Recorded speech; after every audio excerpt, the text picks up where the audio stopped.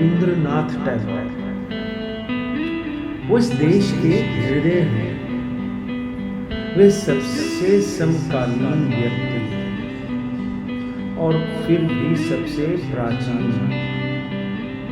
उनके शब्द आधुनिक दिमाग और दुनिया के सबसे प्राचीन ऋषियों के बीच एक सेतु है।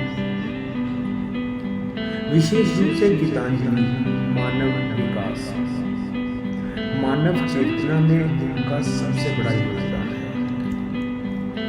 यह इस सदी में आई सबसे दुर्लभ किताबों में से एक है। इसकी दुर्लभता यह है कि ये उपनिषदों के दिनों से संबंधित है। गीतांजलि के अस्तित्व में आने से लगभग 5000 साल पहले ये इस अर्थ में चमत्कार है कि रविंद्रनाथ सामान्य अर्थों में धार्मिक व्यक्ति नहीं है। वह सबसे प्रगतिशील विचारकों में से एक है। अपरंपरागत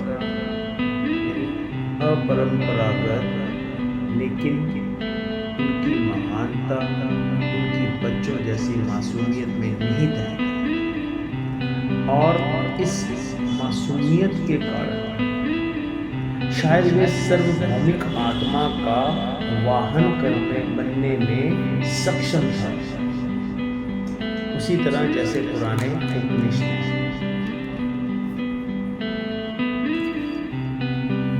रविंद्रनाथ उच्च कोटि के कवि हैं और रहस्यवादी हैं।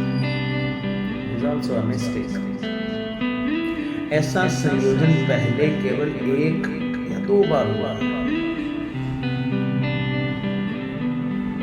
खलील जिब्रान फ्रेडरिच यानी खलील जिब्रान में फ्रेडरिच नीत्शे और रविंद्रनाथ टैगोर में। इन तीन व्यक्तियों के साथ पूरी श्रेणी समाप्त हो गई। मनुष्य के लंबे इतिहास में ये असाधारण है। महान कवि हुए हैं और महान रहस्यवादी। ऐसे महान कवि हुए हैं जिनमें थोड़ा रहस्यवाद था, और ऐसे महान रहस्यवादी भी हुए हैं जिन्होंने खुद को कविता में व्यक्त किया है, लेकिन उनकी कविता महान नहीं है। जबकि रविंद्रनाथ अजीब स्थिति में है। रविंद्रनाथ कभी किसी मंदिर में नहीं गए, कभी किसी भगवान की पूजा नहीं की, पारंपरिक तरीके से कभी संत नहीं रहे।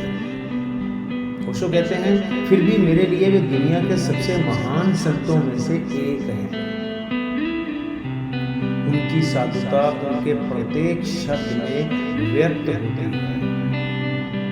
एक किताब है ओशो लिखी हुई द गोल्डन फ्यूचर, उसके 26वें अध्याय में ओशो लिखते हैं कि वे दुनिया के सबसे महान संतों में से एक हैं। रविंद्रनाथ टैगोर के बारे में। रविंद्रनाथ टैगोर हालांकि वे इस सदी के हैं, पूरब की हजारों साल पुरानी लालसाओं और सपनों को प्रतिबिंबित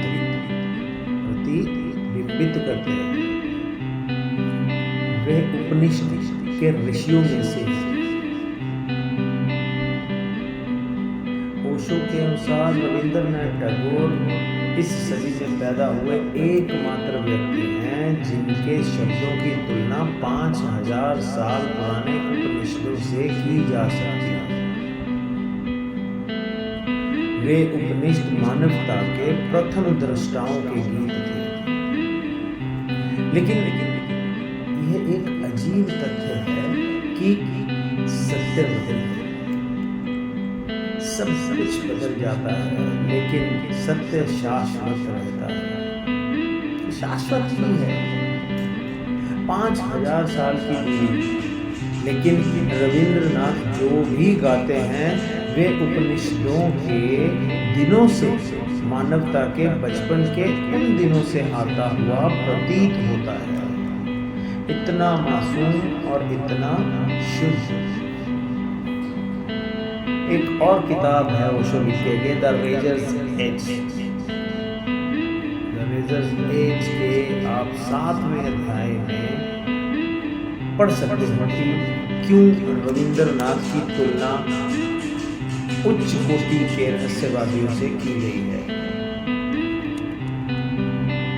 छोटा सा एक इंट्रोडक्शन मात्र है ये रविंद्रनाथ टैगोर के बारे में, जो मैंने थोड़ा बहुत इधर उधर से पढ़ा और आपके साथ शेयर कर दिया।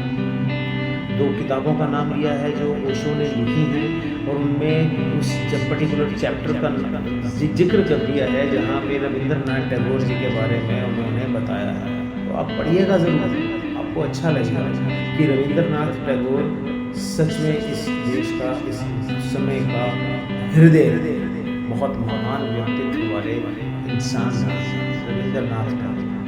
साथ बनाए रखिएगा। अगले पॉडकास्ट में बात करते हैं किसी और रहस्यवादी साधु संत सन्यासी के बारे में, ओशो क्या कहते हैं। Don't forget to share, like and subscribe this channel. ये आपका खुद का चैनल है, मेरा नहीं है। आपका इनकरेजमेंट, आपका विश्वास मुझे और दृढ़ता से इसमें काम करने को बाध्य करता है। ये बच्चे सच में बहुत मेहनत करते हैं और इसको बड़े प्यार से बनाते हैं। साथ बनाए रखिएगा। जय हिंद।